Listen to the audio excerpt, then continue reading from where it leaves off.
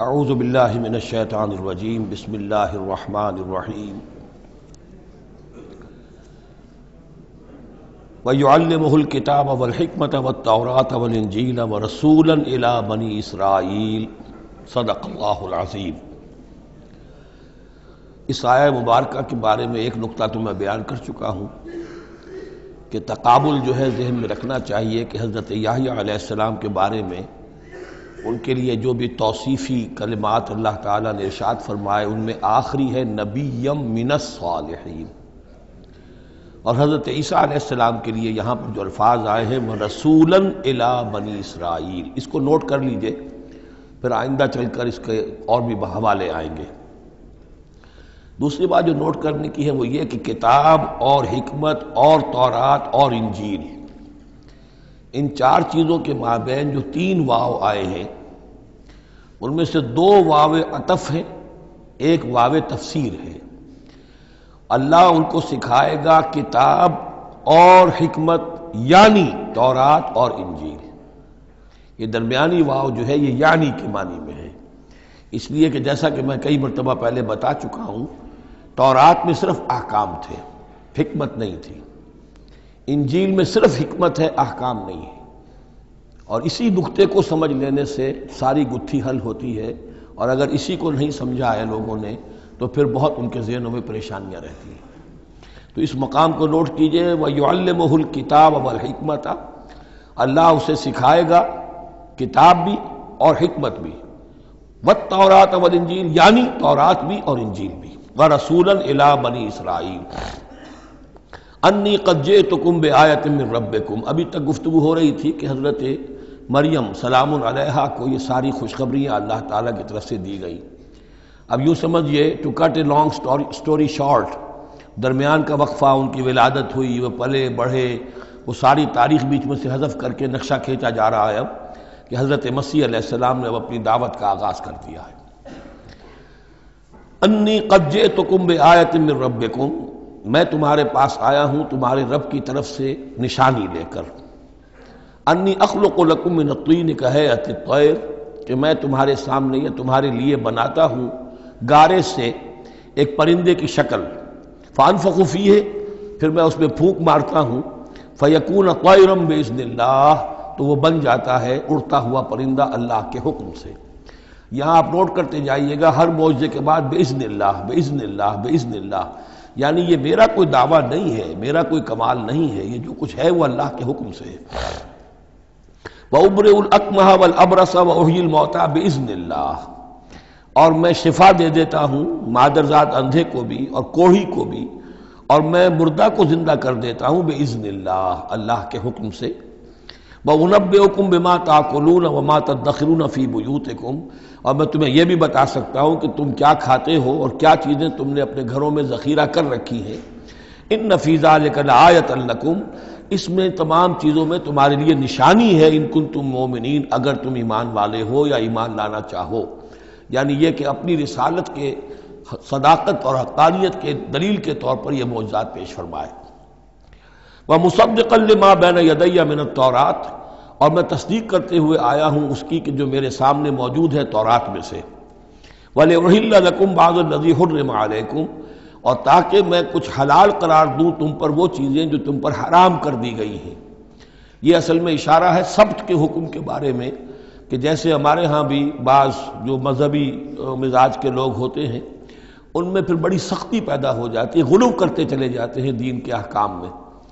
تو سبت کے حکم میں یہودیوں نے اس حد تک غلو کر لیا تھا کہ کسی مریض کو دعا کرنا اس کے لیے کہ اللہ اس کو شفا دے دے، یہ بھی نہیں کرنا، کچھ نہیں کرنا، کوئی کام، گویا کہ یہ بھی دنیا کا کام ہے۔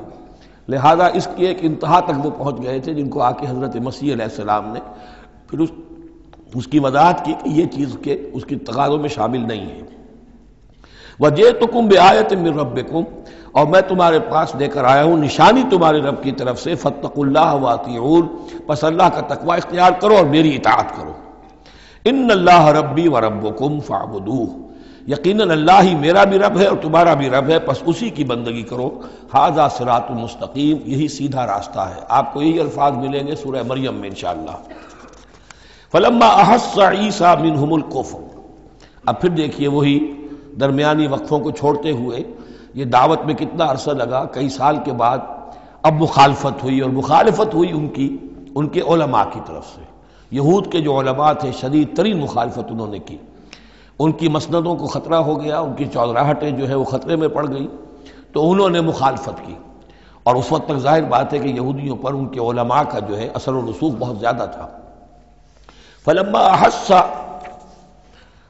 احس عیسیٰ منہم الکفر، جب عیسیٰ نے محسوس کیا ان سے کفر کی شدت کہ اب یہ مخالفت پر تل گئے ہیں، قال من انصاری الی اللہ، تو انہوں نے ایک پکار لگائی، ایک ندا دی، ایک دعوت عام دی، کون ہے جو میرے مددگار ہے اللہ کی راہ میں؟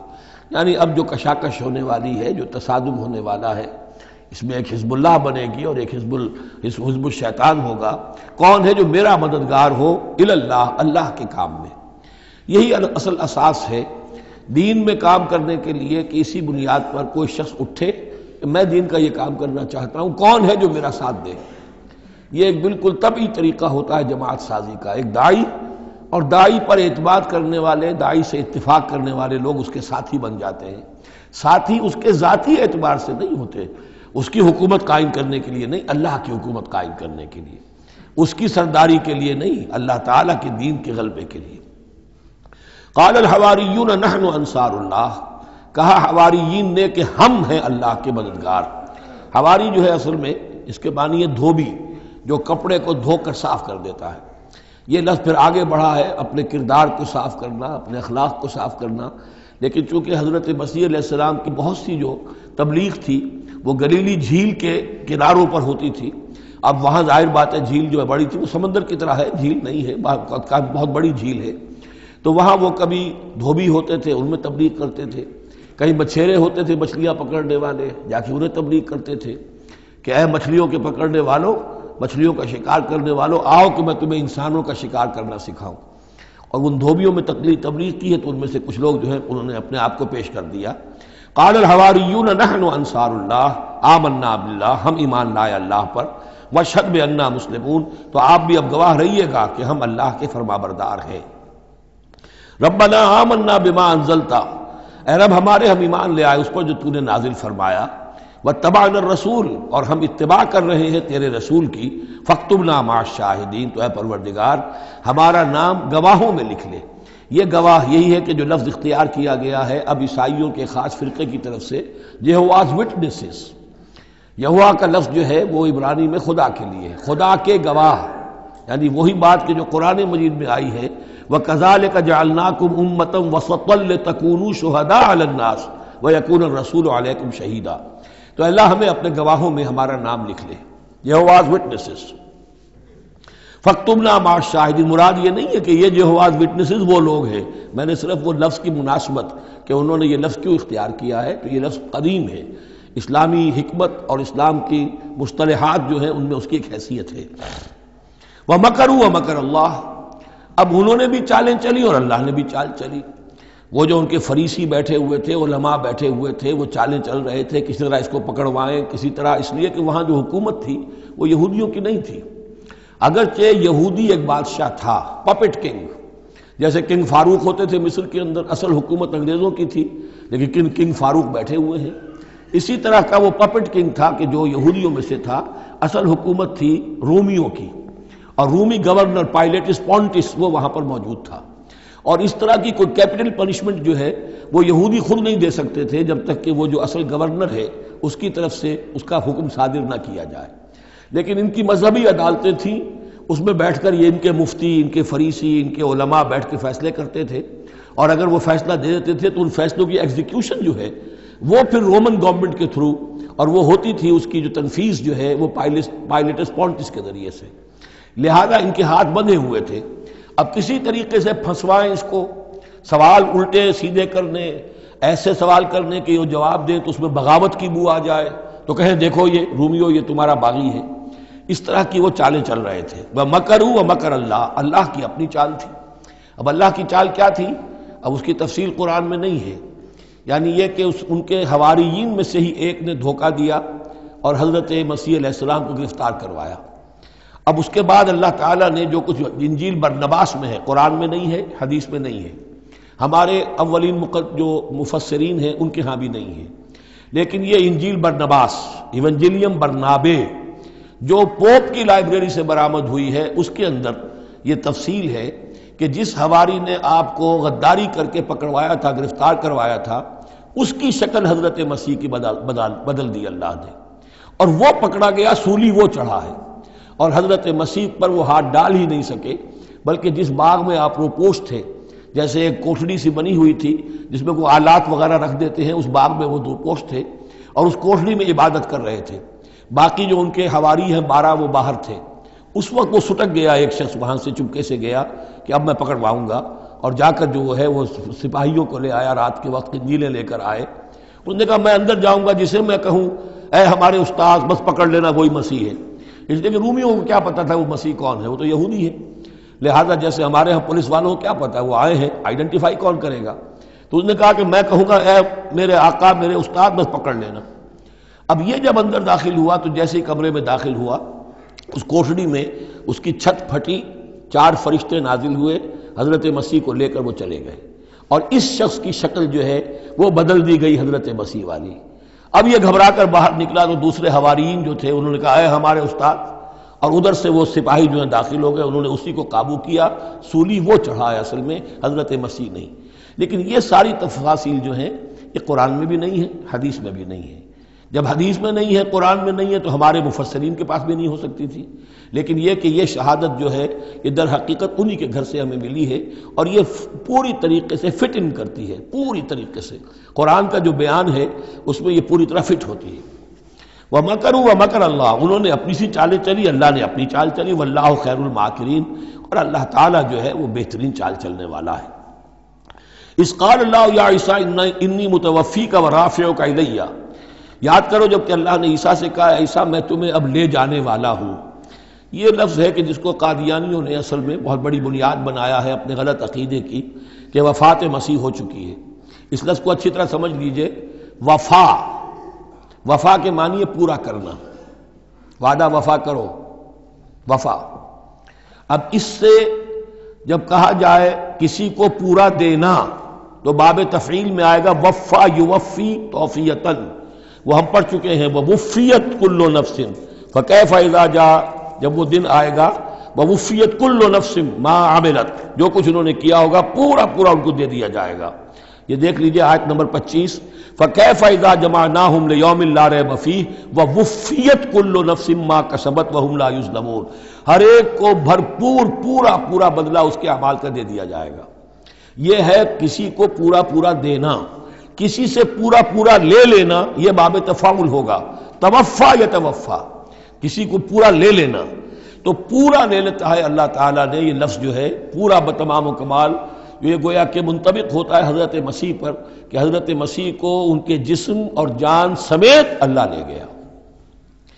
ہم جب کہتے ہیں وفات پا گیا تو یہ ہے استعارتاً، جسم یہی رہ گیا صرف جان گئی ہے، اور یہی لفظ قرآن میں آتا ہے نیند کے لیے بھی، اللہ یتوفی الانفس حین موتها، اس لیے کہ نیند میں بھی یہ ہوتا ہے کہ خود شعوری نکل جاتی ہے انسان میں سے، اگرچہ زندہ ہے، اب اس کو اگر کوئی چیونٹی کاٹ رہی ہے تو جاگ جائے گا، لیکن ویسے اس کی خود شعوری ختم ہو چکی ہے، اور روح کا تعلق ہے خود شعوری کے ساتھ، تو نیند میں بھی اللہ تعالیٰ روح کو قبض کر لیتا ہے، اس کے لیے بھی توفی کا لفظ ہے۔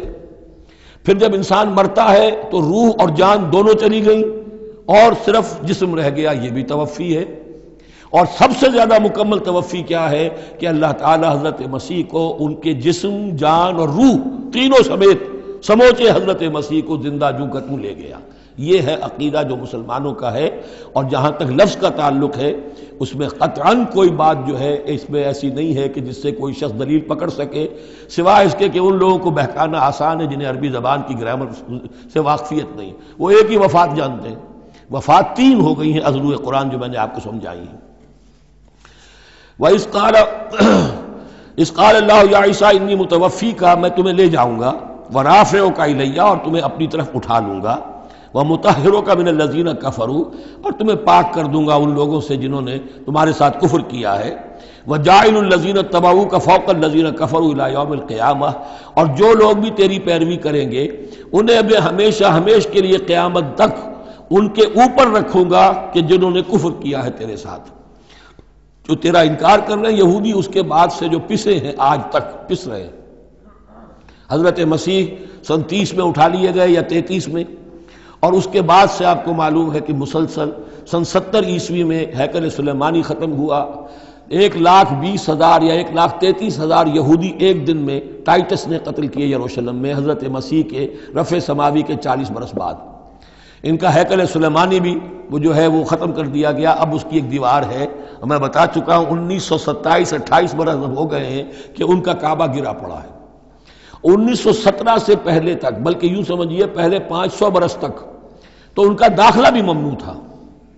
یہ تو حضرت عمر کے ہاتھوں جب فتح ہوا ہے، یہ ڈائسپورا کا ان کا پیریڈ کہلاتا ہے، ایک پیریڈ ان کا کیپٹیوٹی کا تھا، جبکہ وہ نبوکڈنیزر لے گیا تھا انہیں اور بیبیلونیا میں قید میں رکھا ہے، وہ ہے ان کا پیریڈ آف کیپٹیوٹی۔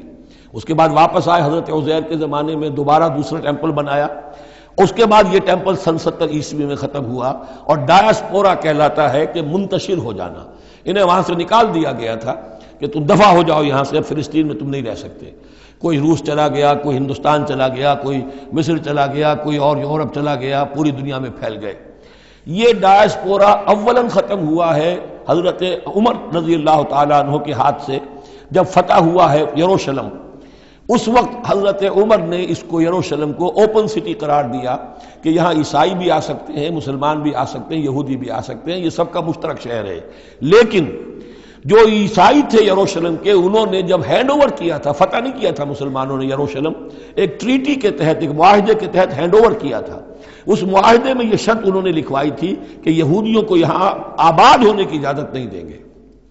چنانچہ یہ اجازت تو ہو گئی حضرت عمر کے زمانے سے کہ آ سکتے ہیں، زیارت کر سکتے ہیں، لیکن یہاں رہ نہیں سکتے، پراپرٹی پرچیز نہیں کر سکتے، کوئی مکان نہیں بنا سکتے، سیٹل نہیں ہو سکتے۔ یہ رہا ہے جب تک کہ موجود رہی ہے اسلامی خلافت۔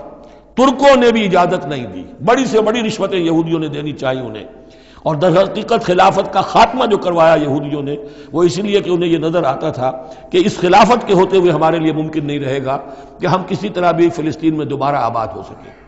لیکن پھر برطانیہ کے جو وزیر تھا بالفور، اس کے ذریعے سے انہوں نے بالفور ڈیکلریشن 1917 میں حاصل کیا ہے، پھر ان کو حق ملا ہے کہ یہ یہاں آ کر جائیداد بھی خرید سکتے ہیں، سیٹل بھی ہو سکتے ہیں، اور اس کے یوں سمجھیے کہ 31 برس کے بعد پھر اسرائیل کی ریاست وجود میں آئی ہے۔ یہ تاریخ ذہن میں رہے۔ اگرچہ 1917 کے بعد سے انہیں کچھ سانس تو مل گیا ہے، اب ایک طرح سے محسوس ہوتا ہے کہ دنیا میں بڑے اقتدار پر ہیں، مٹھی بھر ہیں، یہ زیادہ سے زیادہ 13-14 ملین ہے، 1.5 کروڑ سے بھی کم، لیکن پوری دنیا کی سب معیشت جو ہے اس کا بڑا حصہ ان کے کنٹرول میں ہے۔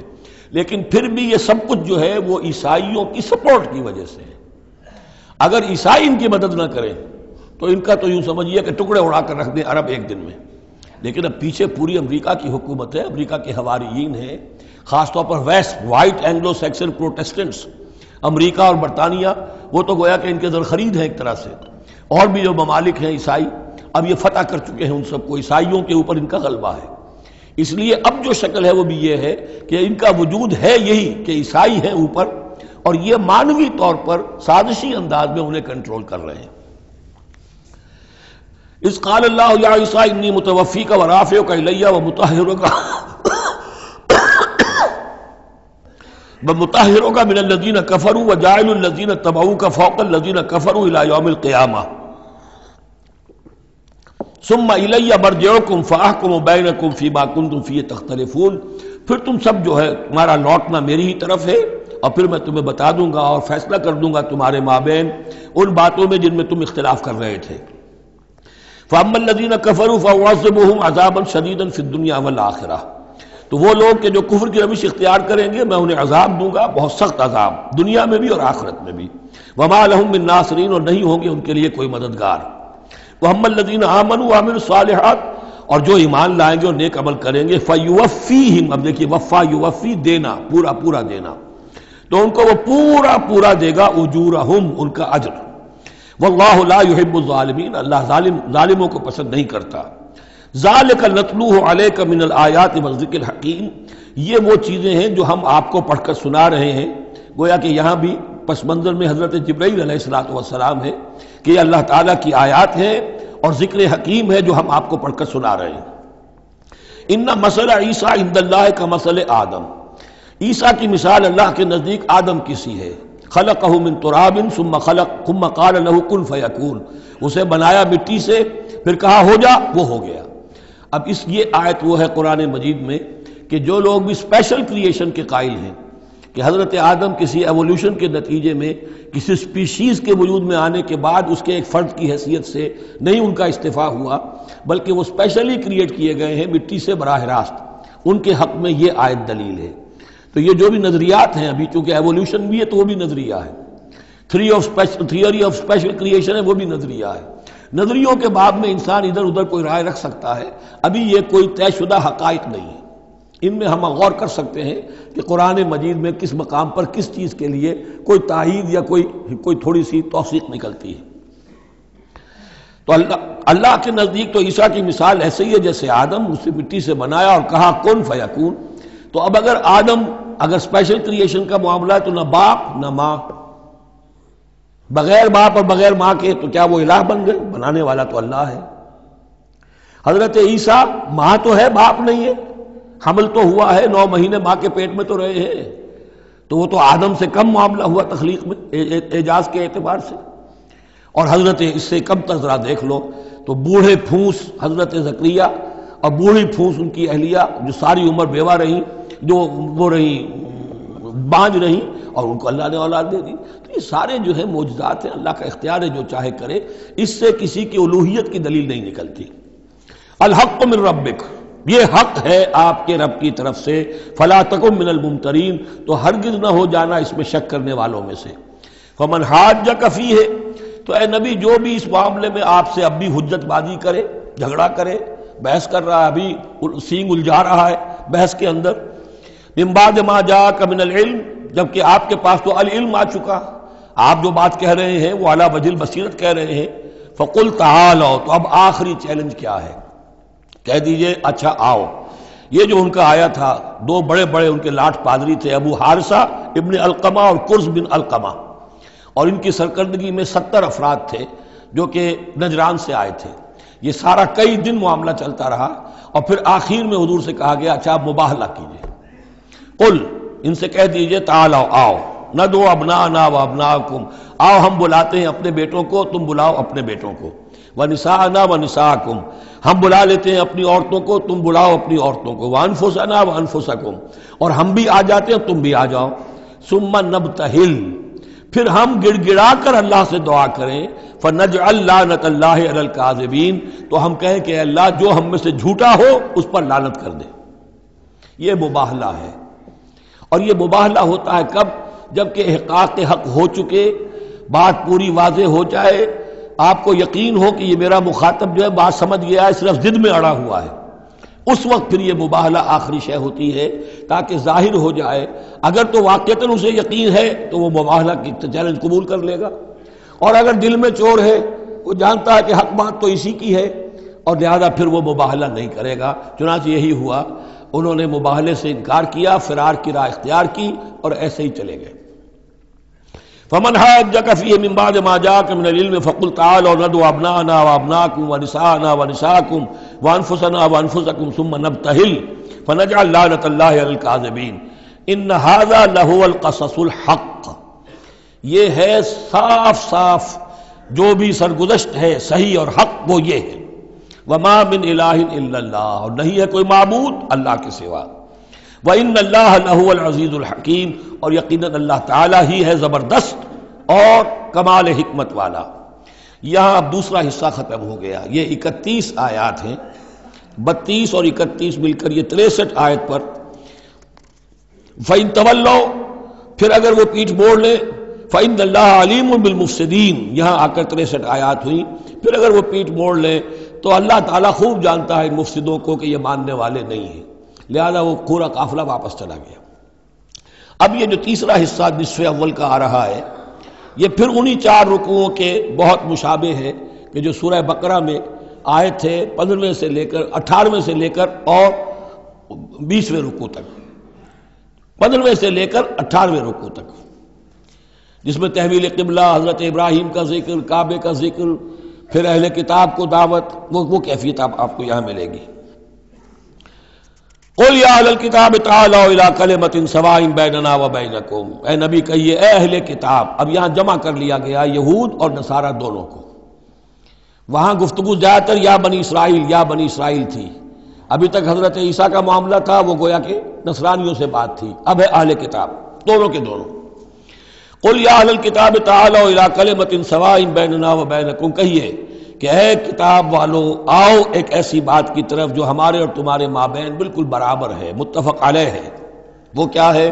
اللہ نعبد الا اللہ، اللہ کے سوا کسی کی بندگی نہ کرے، ولا نشرک بہ شیئا، اس کے ساتھ کسی چیز کو شریک نہ ٹھہرائیں، ولا یتخذ بعضنا بعضا اربابا من دون اللہ، اور ہم میں سے کوئی ایک دوسرے کو اللہ کے ساتھ رب نہ بنا لے۔ اس سے مراد کیا ہے؟ جیسے کہ پوپ کو انہوں نے رب بنا لیا، کہ پوپ کو اختیار ہے جس چیز کو چاہے حلال قرار دے دے، جس چیز کو چاہے حرام قرار دیتے، یہ گویا کہ ان کو اس کو پوپ کو بھی رب مان لینا ہے۔ چنانچہ یہ واقعہ ہے کہ مشہور جو سخی تھے حاتم طائی، ان کے بیٹے عدی ابن حاتم رضی اللہ تعالی عنہ، وہ ایمان لائے، عیسائی تھے پہلے، تو انہوں نے ایک مرتبہ حضور سے کہا کہ یہ قرآن یہ کہتا ہے کہ ہم نے اللہ کے سوا کسی اور کو رب بنا لیا، تو یہ بات کچھ سمجھ میں نہیں آئی، ہم نے تو کسی کو رب نہیں بنایا۔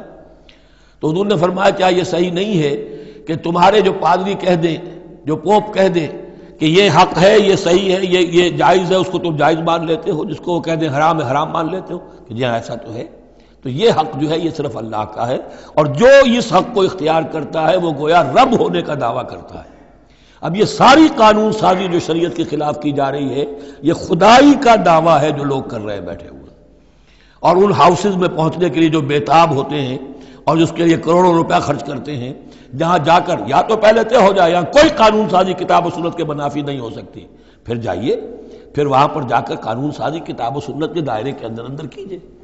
لیکن جہاں یہ نہیں ہے تو وہ جو فرمایا یہاں پر نوٹ کر لیجئے، تعالوا الی کلمۃ سواء بیننا وبینکم اللہ نعبد الا اللہ ولا نشرک بہ شیئا ولا یتخذ بعضنا بعضا اربابا من دون اللہ فإن تولوا، پھر اگر وہ منہ موڑ لیں، فقولوا، اے مسلمانوں تم کہو، فقولوا اشہدوا بأننا مسلمون، اچھا بھائی آپ لوگ گواہ رہے ہم تو مسلمان ہیں، ہم نے تو اللہ کی اطاعت قبول کر لی، ہم ان تینوں باتوں پر قائم رہیں گے، آپ کو اگر پسند نہیں ہے تو آپ کی مرضی۔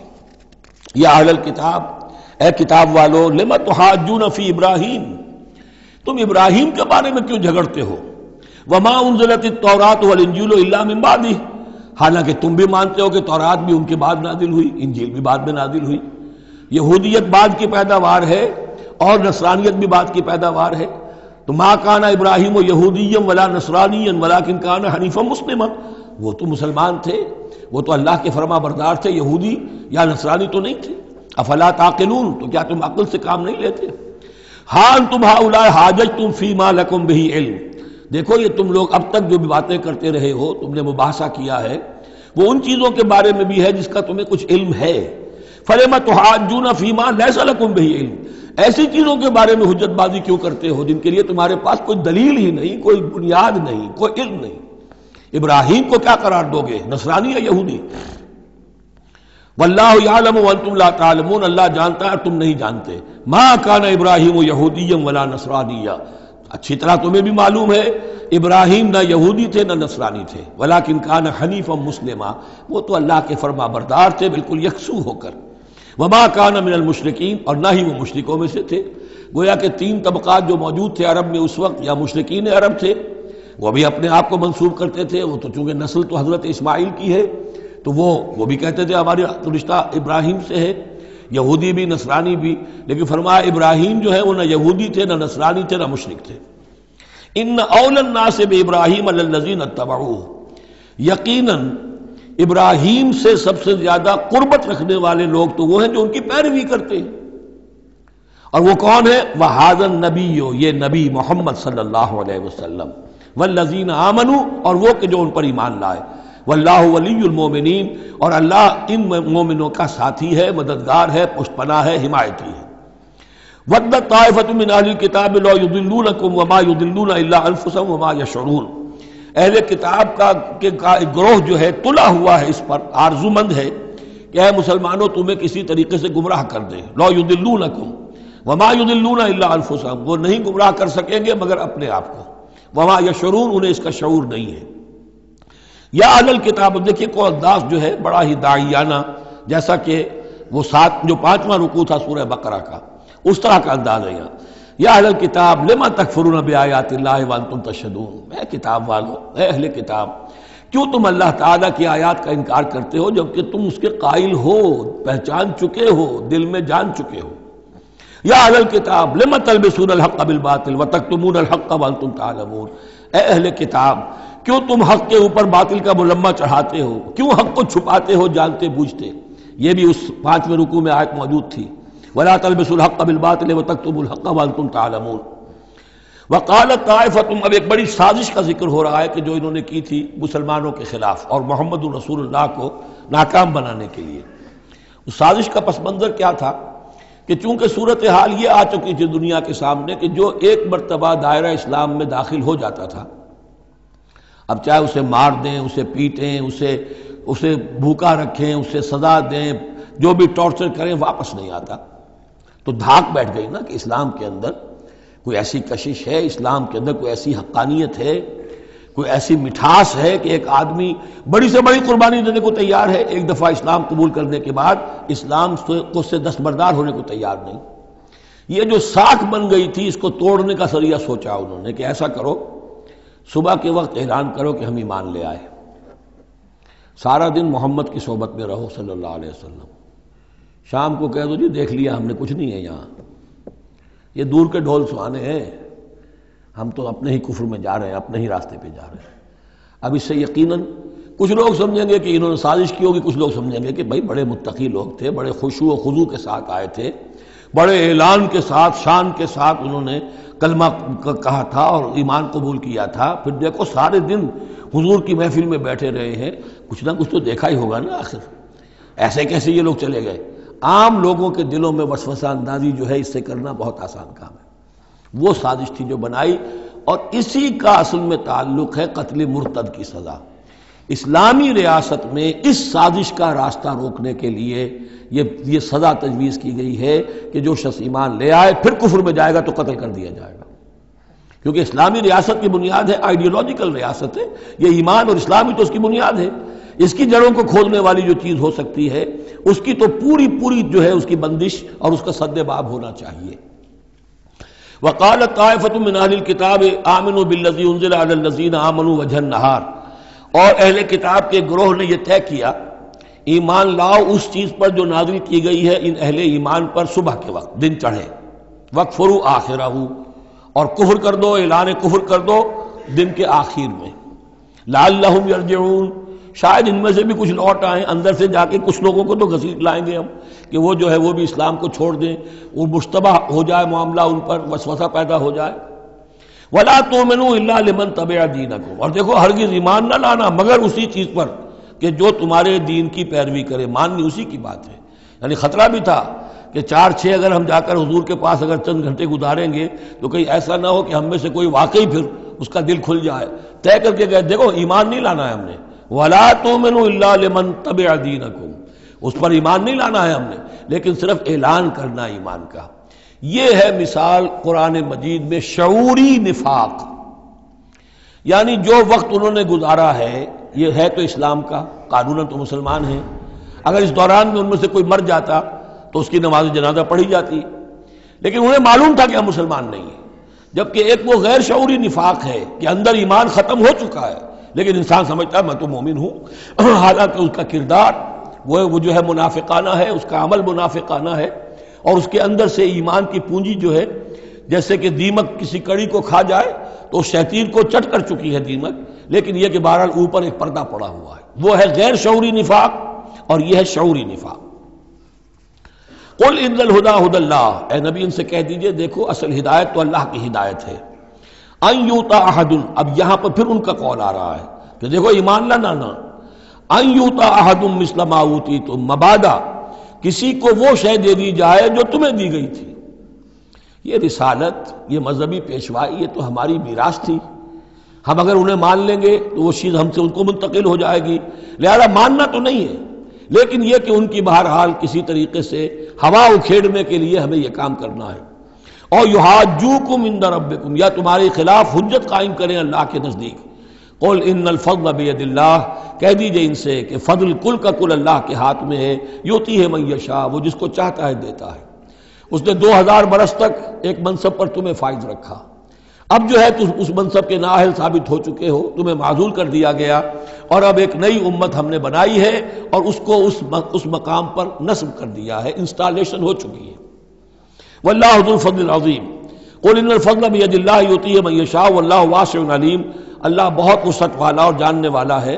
یختص برحمتہ من یشاء، وہ مختص کر لیتا ہے اپنی رحمت کے لیے جس کو چاہتا ہے۔ واللہ ذو الفضل العظیم، اللہ بڑے فضل کا مالک ہے۔ ومن اہل الکتاب، اب یہاں ایک اور نقطہ سمجھ لیجئے کہ برے سے برے گروہ کے اندر بھی کہیں نہ کہیں کوئی افراد اچھے بھی ہوتے ہیں۔ داعی کے لیے یہ ضروری ہے کہ ان کو بھی مینشن کرتا رہے کہ ان میں اچھے لوگ بھی ہیں، تاکہ وہ جو لوگ ہیں ان کے دلوں کے اندر نرمی پیدا ہو۔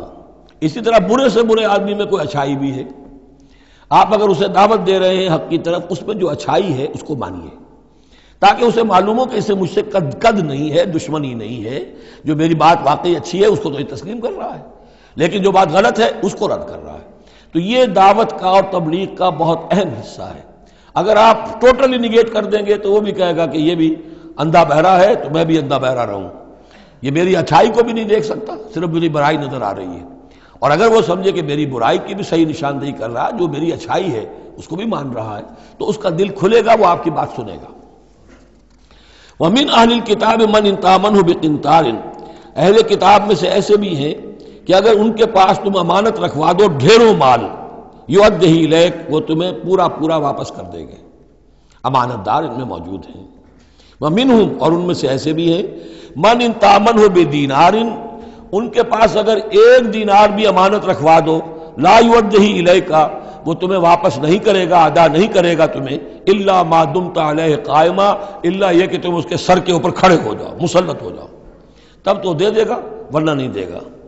اچھا، یہ ہے ان کے اکثر کا کردار، لیکن جو بھی تھوڑے بہت تھے ان میں ان کی اچھائی کا بھی ذکر کر دیا۔ اور بالفعل اس قسم کے کردار کے لوگ جو ہیں وہ عیسائیوں میں تھے، یہودیوں میں تو نہ ہونے کے برابر تھے، لیکن اہل کتاب کا مسئلہ ہو رہا ہے تو اس میں یہ دونوں گروپ موجود ہیں۔ ذالک بانہم، اور یہودیوں میں یہ کردار کیوں آ گیا ہے، کیوں بے ایمانی خیانت کیوں آ گئی؟ ذالک بانہم قالوا لیس علینا فی الامیین سبیل، یہ اس لیے کہ انہوں نے یہ عقیدہ گھڑ لیا ہے کہ ان امیین کے بارے میں ہم پر کوئی ملامت نہیں ہے۔ یہ اچھی طرح سمجھ لیجئے، یہودیوں کا یہ عقیدہ تورات میں نہیں ہے، لیکن اصل جو کتاب ہے ان کی مذہبی وہ تورات نہیں ہے، تالمود ہے۔ یوں سمجھیے کہ تورات تو ہے ام الکتاب ان کی جو بھی ہے، لیکن جو ان کا ساری شریعت ہے، جو ان کے ضوابط ہیں، قوانین ہیں، قواعد ہیں، عبادات کی تفاصیل ہیں، وہ سب ہیں تالمود میں۔ اور تالمود میں یہ بات موجود ہے کہ یہودی کے لیے یہودی سے جھوٹ بولنا حرام، غیر یہودی سے جیسے چاہو جھوٹ بولو۔ یہودی کے لیے کسی یہودی کا مال ہڑپ کرنا ناجائز حرام، غیر یہودی جنٹائلز اور گوئمز ان کا مال جس طرح چاہو دھوکے سے، بائی ہوک بائی کروک، جس طرح چاہو ہڑپ کرو، تو یہ ہمارے اوپر مواخذہ ہی نہیں ہے، اس لیے کہ یہ جو لوگ ہیں غیر یہودی یہ انسان ہے ہی نہیں، یہ اصل میں انسان نما حیوان ہے، اور ان سے فائدہ اٹھانا ہمارا حق ہے، جیسے کہ گھوڑے کو تانگے میں جوتنا انسان کا حق ہے، بیل کو اپنے حل کے اندر جوت لینا یہ انسان کا حق ہے، تو ہمارا حق ہے ان حیوانوں سے ہم جو چاہے لوٹ لیں، کھسوٹ لیں، ان کی رضامندی سے لے لیں، ظلم کریں، اس میں ہم پر کوئی پکڑ نہیں ہوگی، کوئی محاسبہ نہیں، یہ تالمود میں باقاعدہ لکھا ہوا ہے۔ ذالک بانہم قالوا، اس لیے کہ ایک پکچر بھی اس پر بنی ہے جو امریکہ کے عیسائیوں نے بنائی ہے، the other side of Israel, جس میں کہ انہوں نے ایک شخص نے ایک یہودی کتب خانے میں جا کر کتابیں نکال کر پھر اس کے اوپر نشان لکھا کر یہ چیزیں لکھی ہوئی ہیں، کیا یہودیت کا جو اصل چہرہ ہے وہ اس ڈاکومنٹری کے اندر، ویڈیو کے اندر واضح کر دیا گیا ہے ان کی کتابوں کے حوالے سے۔ ذالک بانہم قالوا لیس علینا فی الامیین سبیل، یہ اس لیے ہے ان میں یہ خیانت اور بے ایمانی اور جھوٹ اور دغا کہ انہوں نے یہ عقیدہ گھڑ لیا ہے کہ غیر یہودی لوگوں کے بارے میں ہم سے کوئی پرسش ہی نہیں ہے، کوئی ہمارے اوپر کوئی ذمہ داری ہے ہی نہیں۔ وَيَقُولُونَ عَلَى اللَّهِ الْكَذِبَ وَهُمْ يَعْلَمُونَ، اور وہ تو اللہ تعالیٰ کی طرف نسبت دے رہے ہیں، منسوب کر رہے ہیں جھوٹ کو، اور وہ جانتے بوجھتے کر رہے ہیں، ان کے علماء جانتے ہیں۔ بَلَا مَنْ أَوْفَىٰ بِعَهْدِهِ وَاتَّقَىٰ فَإِنَّ اللَّهَ يُحِبُّ الْمُتَّقِينَ، کیوں نہیں، جو کوئی بھی اللہ کے ساتھ کیا ہوا اپنے عہد کو پورا کرے گا اور تقویٰ کی روش اختیار کرے گا تو اللہ تعالیٰ کو تو متقین پسند ہے۔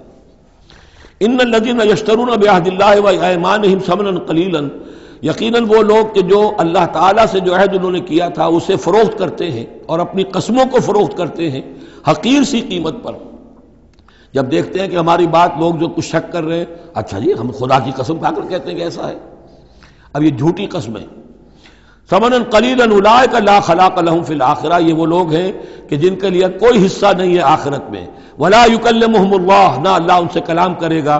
ولا ینظر الیہم یوم القیامہ، اور نہ ان کی طرف نگاہ کرے گا قیامت کے دن۔ ولا یزکیہم، نہ ان کو پاک کرے گا۔ یہ بھی سورہ بقرہ میں تقریباً پورا مضمون آ چکا ہے۔ ولہم عذاب علیم، ان کے لیے دردناک عذاب ہے۔ وَإِنَّ مِنْهُمْ لَفَرِيقًا يَلْوُونَ أَلْسِنَتَهُم بِالْكِتَابِ، اور ان میں سے ایک گروہ ایسا بھی ہے جو اپنی زبان کو توڑتا مروڑتا ہے کتاب کو پڑھتے ہوئے، وہ الفاظ کو ذرا سا ادھر ادھر مروڑ کر معنی اور پیدا کر لیتے تھے۔ ان سے کہا گیا حتہ کہو تو ہنتا بنا دیا، بجائے اس کے کہ اللہ ہماری گناہ جھاڑ دے، ہمیں گیہوں دے۔ انہوں نے کہنا ہے تم نے سمعنا واطعنا، سمعنا وعصینا، تو وہ اسی طریقے کا معاملہ وہ کرتے تھے۔ سب تورات کو پڑھتے ہوئے بھی جب دیکھا کہ جو سائل آیا ہے وہ فتویٰ مانگ رہا ہے، اس کی پسند کچھ اور ہے، تو الفاظ کو توڑ مروڑ کر پڑھ کر کہہ دیا کہ دیکھو یہ کتاب کے اندر موجود ہے۔ وَإِنَّ مِنْهُمْ لَفَرِيقًا يَلْوُونَ أَلْسِنَتَهُم بِالْكِتَابِ لِتَحْسَبُوهُ مِنَ الْكِتَابِ، تاکہ تم سمجھو کہ وہ کتاب میں سے ہے۔ وَمَا هُوَ مِنَ الْكِتَابِ، وہ کتاب میں سے نہیں ہوتا۔ وَيَقُولُونَ هُوَ مِنْ عِنْدِ اللَّهِ، اور وہ کہتے ہیں یہ اللہ کی طرف سے ہے۔ وَمَا هُوَ مِنْ عِنْدِ اللَّهِ، جبکہ وہ اللہ کی طرف سے نہیں ہوتا۔ فَوَيْلٌ لِّلَّذِينَ يَكْتُبُونَ بِأَيْدِيهِمْ، یہ پڑھ چکے ہیں سورہ بقرہ کے اندر بھی کہ وہ لوگ کہ جو اپنے ہاتھوں سے لکھتے ہیں کہتے ہیں کہ اللہ کی طرف سے ہے۔ وَيَقُولُونَ عَلَى اللَّهِ الْكَذِبَ وَهُمْ يَعْلَمُونَ، وہ اللہ پر جھوٹ تہمت باندھتے ہیں جانتے بوجھتے۔ مَا كَانَ لِبَشَرٍ أَن يُؤْتِيَهُ اللَّهُ الْكِتَابَ وَالْحُكْمَ وَالنُّبُوَّةَ، کسی انسان کا یہ کام نہیں ہے، کسی انسان کے شایہ نشان نہیں ہے کہ اللہ تعالیٰ نے تو اس کو کتاب دی ہو، حکمت دی ہو، نبوت دی ہو۔ ثم یقول للناس کونوا عبادا لی من دون اللہ، پھر وہ لوگوں سے کہنے لگے کہ میرے بندے بن جاؤ اللہ کو چھوڑ کر۔ یہ اشارہ ہو رہا ہے اب نصرانیوں کی طرف کہ تمہارے طرف ہم نے رسول بھیجے، عیسیٰ ابن مریم کو ہم نے بھیجا، انہیں کتاب دی، ان کو حکم دیا، ان کو حکمت دی، نبوت دی، معجزات دیے، اور انہوں نے تو یہ اس کا کوئی امکان نہیں کہ وہ یہ کہتے کہ مجھے بنا لو اللہ کے سوا اپنا معبود۔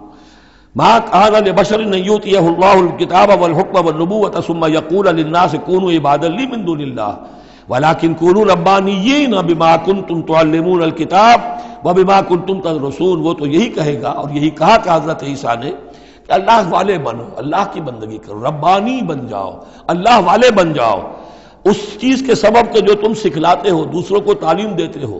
اتامرون الناس بالبر وتنسون انفسکم وبما کنتم تدرسون، اور جو کچھ تم خود بھی پڑھتے تھے۔ یہ پڑھنا پڑھانا دین کا، سیکھنا سکھانا، تعلیم و تعلم قرآن، تعلیم و تعلم حدیث، تعلیم و تعلم فقہ، یہ اس لیے ہونا چاہیے کہ لوگوں کو اللہ والے بنایا جائے، نہ یہ کہ اپنے بندے بنا کر اور ان سے نذرانے وصول کر کے ان کا استحصال کیا جائے۔ وَلَا يَأْمُرُكُمْ أَن تَتَّخِذُوا الْمَلَائِكَةَ وَالنَّبِيَّ أَرْبَابًا، وہ کبھی بھی تمہیں اس بات کا حکم نہیں دے گا کہ تم فرشتوں یا انبیاء کو رب بنا لو۔ فرشتوں کو رب بنایا مشرکین مکہ نے، فرشتوں کے نام پر اپنی وہ مورتیاں انہوں نے بنائی، لات، عزا، منات، اور انہوں نے ایک نبی کو اپنا رب بنا لیا۔ ایامرکم بالکفر بعد اذ انتم مسلمون، تو کیا وہ ایسا بندہ اللہ کا جس کو اللہ نے نبوت سے سرفراز کیا ہو، کیا تمہیں وہ کفر کا حکم دے گا جبکہ تم مسلم ہو چکے ہو، تم نے فرما برداری اختیار کر لی ہے۔ وَإِذْ أَخَذَ اللَّهُ مِيثَاقَ النَّبِيِّينَ، اور یاد کرو جب کہ اللہ نے تمام انبیاء سے ایک عہد لیا تھا۔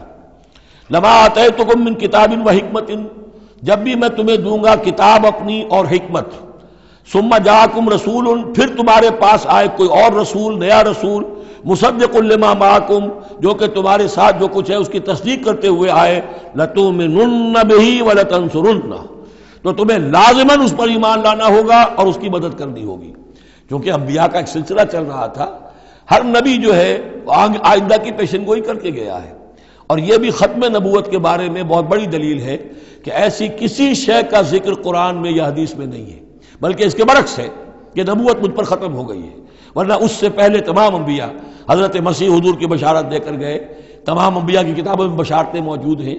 اگر آپ انجیل پڑھیں برنباس کی تو اس میں تو کوئی صفحہ خالی نہیں ہے جس میں کہ حضور کی بشارت نہ ہو اور حضور کے بارے میں خوشخبری نہ ہو، لیکن یہ کہ وہ باقی انجیلوں میں سے نکال دیا گیا۔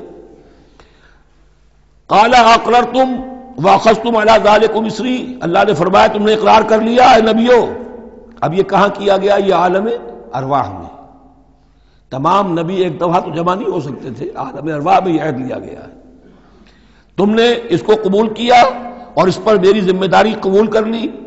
قالوا اقررنا، جیسے ہم سب کے سب کہہ کے آئے تھے الست بربکم قالوا بلا، ایسے ہی جنہیں نبوت سے سرفراز ہونا تھا ان کی ارواح سے یہ اضافی جو ہے عہد لیا کہ اگر میں تمہیں نبی بنا کر بھیجوں گا، تمہارے بعد جو نبی آئے گا پھر تمہیں اپنے لوگوں کو یہ کہہ کر جانا ہے کہ بعد میں آنے والے کی مدد کرنا اور اس کی نصرت کرنا، اس پر ایمان لانا۔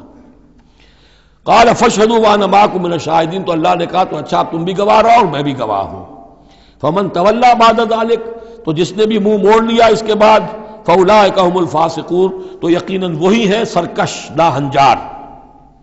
افغیر دین اللہ یبغون، تو کیا یہ اللہ کے دین کے سوا کوئی اور دین چاہتے ہیں؟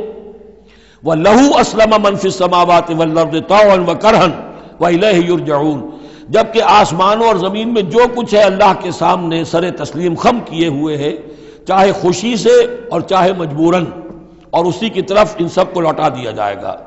قُلْ آمَنَّا بِاللَّهِ، یہ دیکھیے 16ویں رکوع کی سورہ بقرہ کی آیات جو ہیں تقریباً تھوڑے سے لفظی فرق کے ساتھ، کہیے آمنا باللہ، ہم ایمان لائے اللہ پر، وما انزل علینا، جو نازل کیا گیا ہم پر، وما انزل علی ابراہیم و اسماعیل و اسحاق و یعقوب والاسباط، اور جو کچھ نازل کیا گیا ابراہیم پر، اسماعیل پر، اسحاق پر اور یعقوب پر اور ان کی اولاد پر، وما اوتی موسیٰ و عیسیٰ والنبیون من ربہم، جو بھی موسیٰ کو دیا گیا، عیسیٰ کو دیا گیا، تمام انبیاء کو دیا گیا ان کے رب کی طرف سے، لا نفرق بین احد منہم ونحن لہ مسلمون، ہم ان میں سے کسی ایک کے مابین بھی کوئی تفریق نہیں کرتے اور ہم تو اللہ کے فرما بردار ہیں۔ وَمَن يَبْتَغِ غَيْرَ الْإِسْلَامِ دِينًا فَلَن يُقْبَلَ مِنْهُ، جو کوئی اس اسلام کے سوا کوئی دین اختیار کرے گا اللہ اسے اس کی جانب سے قبول نہیں کرے گا۔ وَهُوَ فِي الْآخِرَةِ مِنَ الْخَاسِرِينَ، اور آخرت میں وہ پھر خسارے پانے والوں میں سے ہو کر رہے گا۔ كَيْفَ يَهْدِي اللَّهُ قَوْمًا كَفَرُوا بَعْدَ إِيمَانِهِمْ، کیسے ہدایت دے گا اللہ ان لوگوں کو جو ایمان کے بعد کافر ہو گئے۔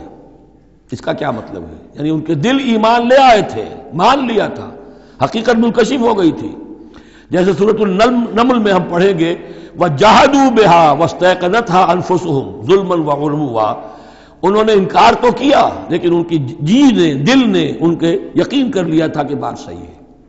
دل اقراری ہے، زبان انکاری ہے۔ زبان انکاری کیوں ہے؟ ظلمًا وعلوا، حق تلفی کرنے کے لیے اور اپنی سربلندی کے لیے، اپنی چودراہٹ کے لیے، بغیم بینہم، ورنہ دل ان کے ایمان لا چکے تھے۔ تو کیف یہدی اللہ قوما کفروا بعد ایمانہم، کہ جب حق منکشف ہو گیا، دل نے گواہی دے دی کہ حق ہے، پھر بھی کفر کیا۔ وَشَهِدُوا أَنَّ الرَّسُولَ حَقٌّ، اور انہوں نے گواہی دی کہ رسول حق ہے، آپس میں باتیں کرتے تھے۔ چنانچہ روایت میں آتا ہے کہ جو علقمہ کے دو بیٹے جو ہیں ابو حارثہ اور کرز، جب یہ چلے تھے یمن سے نجران سے تو کہیں ٹھوکر لگی کرز کے گھوڑے کو، تو اس نے کہا تعیس العمد، ہلاک ہو جائے وہ دور والا، یعنی جس کی طرف ہم جا رہے ہیں، محمد کی طرف صلی اللہ علیہ وسلم۔ اس پر بڑے بھائی نے کہا ابو حارثہ نے تعیست امک، تیری ماں ہلاک ہو جائے۔ انہوں نے کہا کیوں؟ میں نے تو محمد کو کہا تھا جو کچھ کہا تھا، تمہیں کیوں اس طرح برا لگا؟ انہوں نے کہا تمہیں معلوم نہیں ہے وہ وہی نبی ہیں، ہم پوری طرح جان چکے ہیں وہ وہی نبی ہیں، ان کی شان میں گستاخی نہیں کریں گے، پکڑے جائیں گے ہم، وہ نبی ہیں اور وہی ہیں جن کے ہم منتظر تھے۔ انہوں نے کہا پھر مانتے کیوں نہیں؟ تم جانتے ہو ان بادشاہوں نے ہمیں بڑا مقام دیا ہوا ہے، رومن امپائر کے تحت تھے یہ لوگ اور مصر کی حکومت کے، اور انہوں نے ہمیں مقام دے رکھا ہے، ہمیں دولت دی ہے، ہمیں مال دیا ہے، ہمیں حیثیت دی ہے، مراتب دیے ہیں، اگر ہم نے محمد کو مان لیا تو سب چھن جائیں گے۔ یہ باقاعدہ روایت میں موجود ہے۔ ابھی آتے ہوئے تو جاتے ہوئے کیا حال ہوگا آپ اس کا اندازہ کیجئے، جبکہ مباہلے سے فرار کر کے گئے ہیں۔ وَشَهِدُوا أَنَّ الرَّسُولَ حَقٌّ، وہ گواہی دے چکے ہیں کہ رسول حق پر ہیں اور حق ہیں. وَجَاءَهُمُ الْبَيِّنَاتُ، اور ان کے پاس کھلی کھلی نشانیاں آ چکی ہیں. وَاللَّهُ لَا يَهْدِي الْقَوْمَ الظَّالِمِينَ، اللہ ایسے ظالموں کو ہدایت نہیں دیتا. أُولَٰئِكَ جَزَاؤُهُمْ أَنَّ عَلَيْهِمْ لَعْنَةَ اللَّهِ وَالْمَلَائِكَةِ وَالنَّاسِ أَجْمَعِينَ. یہ تو وہی لوگ ہیں کہ جن کا بدلہ یہ ہے کہ ان پر اللہ کی بھی لعنت ہے، فرشتوں کی بھی اور تمام انسانوں کی بھی. یہ الفاظ بھی سورہ بقرہ میں آ چکے ہیں. خالدین فیہا، وہ اسی لعنت میں رہیں گے. لا یخفف عنہم العذاب، ان کے عذاب میں کوئی تخفیف نہیں کی جائے گی. ولا ہم ینظرون، نہ انہیں کوئی مہلت ملے گی. الا الذین تابوا من بعد ذلک، ہاں ابھی دروازہ کھلا ہے توبہ کا، سوائے ان کے کہ جو اس کے بعد توبہ کر لیں. واصلحوا، اور اصلاح کر لیں اپنی یا نیک عمل کریں. فإن اللہ غفور الرحیم، تو ابھی توبہ کا دروازہ بند نہیں ہے، یقیناً اللہ غفور الرحیم ہے.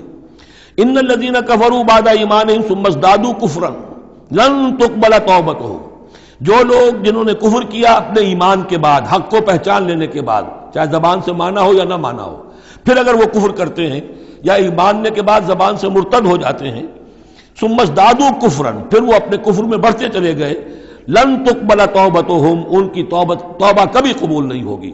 واولئک هم الضالون، اور وہ تو یقیناً گمراہوں میں سے ہیں.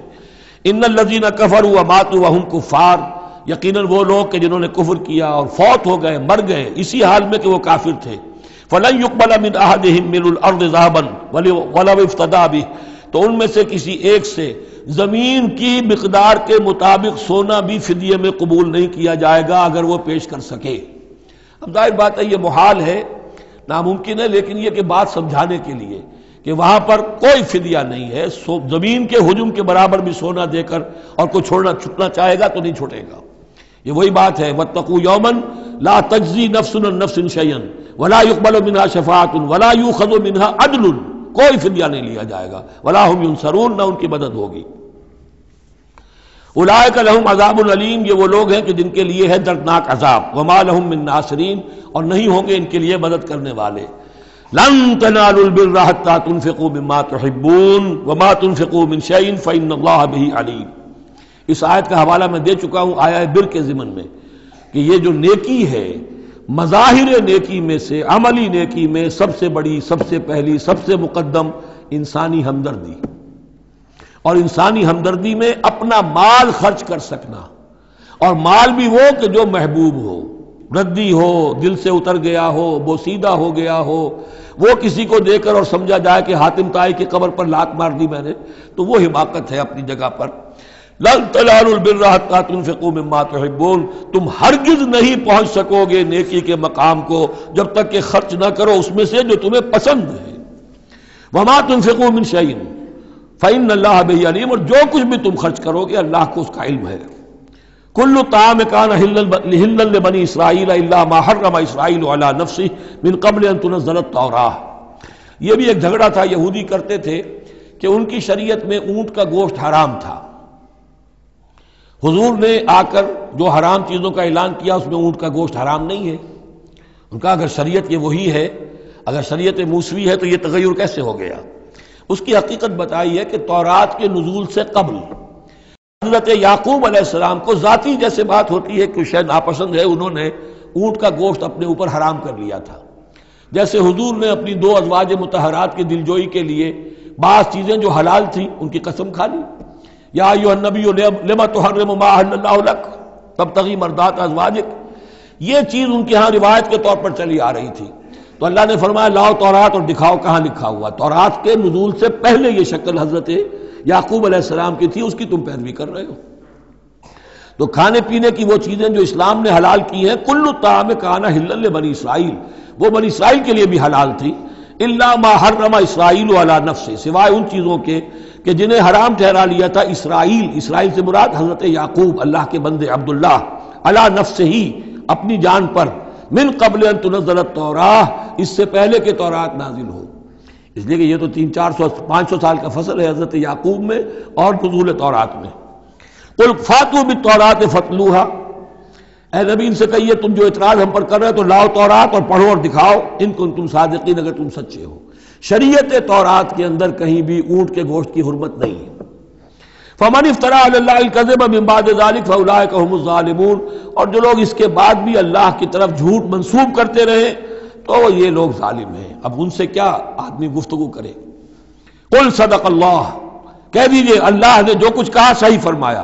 فاتبعوا ملت ابراہیم حنیفا، بس پیروی کرو ملت ابراہیم کی جو یکسو تھے یا یکسو ہو کر، یہ حنیفہ کا لفظ دونوں طرف جا سکتا ہے، ابراہیم کی صفت یا حال حنیفہ، اور یہ اتباع کا حال بھی ہو سکتا ہے۔ فاتبعوا ملت ابراہیم حنیفا، یکسو ہو کر، بعد کی تمام تقسیمات سے بلندتر ہو کر جو ابراہیم کا طریقہ ہے اس کی پیروی کرو۔ وما کان من المشرکین، اور مشرکین میں سے نہیں تھے۔ ان اول بیت وضع للناس للذی ببکہ، یقیناً پہلا گھر جو لوگوں کے لیے بنایا گیا اللہ کی عبادت کے لیے وہ وہی ہے جو بکہ میں ہے۔ بکہ اور مکہ یہ دو در حقیقت ایک ہی لفظ کے لیے دو پروننسیشن سے۔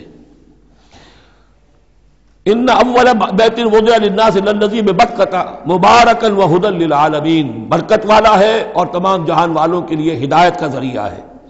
فیہ آیات بینات مقام ابراہیم، اس میں آیات بینات ہیں۔ ترتیب دیکھ لیجئے، وہاں کے 4 رکوع جو تھے ان میں پہلے اس کا ذکر ہوا تھا، پھر باقی ساری گفتگو تھی۔ یہاں ترتیب الٹ گئی ہے، ساری گفتگو کے بعد اب آخر میں یہ حصہ جو ہے تیسرا اس کا وہ ختم ہو رہا ہے، اس نصف اول کا، اور آخر میں تذکرہ حضرت ابراہیم کا ہے۔ مضامین وہی ہے، ترتیب بدل گئی ہے۔ فی آیات بینات، اس میں تو بڑی روشن نشانیاں موجود ہیں۔ مقام ابراہیم، جیسے مقام ابراہیم، ومن دخلہ کان آمنا، اور جو بھی اس میں داخل ہو جاتا ہے امن میں آ جاتا ہے۔ بدترین پورے عرب کے اندر خوریزی ہوتی تھی، لیکن حرم میں اپنے باپ کے قاتل کو بھی اگر دیکھ لیتے تھے تو کچھ نہیں کہتے تھے۔ یہ ایسی روایت اس حرم کی رہی ہے اور آج تک ہے اللہ کے فضل و کرم سے، کہ وہاں پر امن ہی امن ہے، دار الامن۔ من دخلہ کان آمنا وَلِلَّهِ عَلَى النَّاسِ حِجُّ الْبَيْتِ مَنِ اسْتَطَاعَ إِلَيْهِ سَبِيلًا، اور للہ علی الناس، اب لام اور علی کو یہاں نوٹ کر لیجئے، اللہ کا حق ہے لوگوں پر کہ وہ حج کرے اس کے گھر کا، جو بھی استطاعت رکھتا ہو اس کے سفر کی۔ للہ علی الناس، اللہ کا حق ہے لوگوں پر، حج البیت، گھر حج کرنا بیت اللہ کا، من استطاع الیہ سبیلا، جو بھی استطاعت رکھتا ہو راستے کی، سفر کی۔ ومن کفرا، اب یہاں کفرا کے معنی کیا ہوں گے؟ جو استطاعت کے باوجود حج نہیں کرتا وہ گویا کہ کفر کرتا ہے۔ ومن کفر فإن اللہ غنی عن العالمین، تو وہ اللہ تو غنی ہے تمام جہانوں سے۔ قل یا اہل الکتاب لم تکفرون بآیات اللہ، اب آخری یہ آیات ہے، بڑا ہی انداز جو ہے جھنجھوڑنے کا، اور جیسے کہ پیئرسنگ آئیز کے ساتھ دیکھ کر کسی سے بات کی جائے اور اس کے یعنی نگاہیں گاڑ کر اس پر۔ قل یا اہل الکتاب لم تکفرون بآیات اللہ، کیوں اللہ کی آیات کا انکار کر رہے ہو؟ واللہ شہید علی ما تعملون، اور جبکہ جو کچھ تم کر رہے ہو اللہ اسے دیکھ رہا ہے۔ قل یا اہل الکتاب لم تصدون عن سبیل اللہ، کہہ دیجئے ہے کتاب والو کیوں روکتے ہو اور روکتے ہو؟ صد یصد دونوں معنی دیتا ہے، لازم بھی متعدی بھی، خود رک جانا دوسروں کو روکنا۔ کیوں رکتے ہو اور روکتے ہو اللہ کے راستے سے؟ من آمنا، جو ایمان لے آتا ہے، تبغونہا عوجا، تم اس کے لیے ٹیڑھ تلاش کرتے ہو، سازشیں کرتے ہو کہ صبح کو ایمان لاؤ اور شام کو کافر ہو جاؤ، تاکہ یہ ایمان والے جو ہیں ان کے دل میں بھی وسوسے اور دغدغے پیدا ہو جائیں۔ من آمن تبغونہا عوجا، تم چاہتے ہو کہ وہ بھی کج راستہ اختیار کر لیں، وانتم شہداء، اور تم خود جانتے ہو جو کچھ کر رہے ہو۔ وما اللہ بغافل عما تعملون، اور اللہ غافل نہیں اس سے جو تم کر رہے ہو۔ لیکن ان تمام سازشوں کے جواب میں اہل ایمان سے کہا گیا یا ایھا الذین آمنوا ان تطیعوا فریقا من الذین اوتوا الکتاب یردوکم بعد ایمانکم کافرین، اے وہ لوگوں جو ایمان لائے ہو، اگر ان اہل کتاب کے ان کسی گروہ کی تم پیروی کرو گے تو یہ تمہیں لازماً لوٹا کر لے جائیں گے تمہارے ایمان کے بعد، پھر تمہیں کفر کی حالت میں لے جائیں گے۔ وَكَيْفَ تَكْفُرُونَ، اور سوچو تو صحیح کیسے کفر کرو گے، کیسے اس راستے پر جاؤ گے۔ وَأَنْتُمْ تُتْلَىٰ عَلَيْكُمْ آیات اللہ، جبکہ تم پر اللہ کی آیات پڑھ کر سنائی جا رہی ہیں۔ وَفِيكُمْ رَسُولُهُ، اور تمہارے اندر اس کا رسول موجود ہے بنفس نفیس۔ اس سے آپ اندازہ کیجئے کہ علماء یہود کا کتنا، اوس اور خزرج کے لوگ بڑے مرعوب تھے، چونکہ یہ ان پڑھ لوگ تھے، کوئی کتاب نہیں، کوئی شریعت نہیں، کوئی قانون نہیں۔ یہ لوگ صاحب کتاب تھے، صاحب شریعت تھے، ان کے ہاں علماء تھے، تو مرعوب تھے۔ لہذا یہاں جو اوس اور خزرج کے لوگ اسلام لے آئے تھے ان کے بارے میں اندیشہ ہوتا تھا کہ کہیں ان ساری ریشہ دوانیوں کا شکار نہ ہو جائیں۔ وَكَيْفَ تَكْفُرُونَ وَأَنْتُمْ تُتْلَىٰ عَلَيْكُمْ آیَاتُ اللَّهِ وَفِيكُمْ رَسُولُهُ، کیسے کفر کرو گے تم جبکہ تمہیں اللہ کی آیات پڑھ کر سنائی جا رہی ہیں اور تم اللہ کے رسول تم میں موجود ہیں.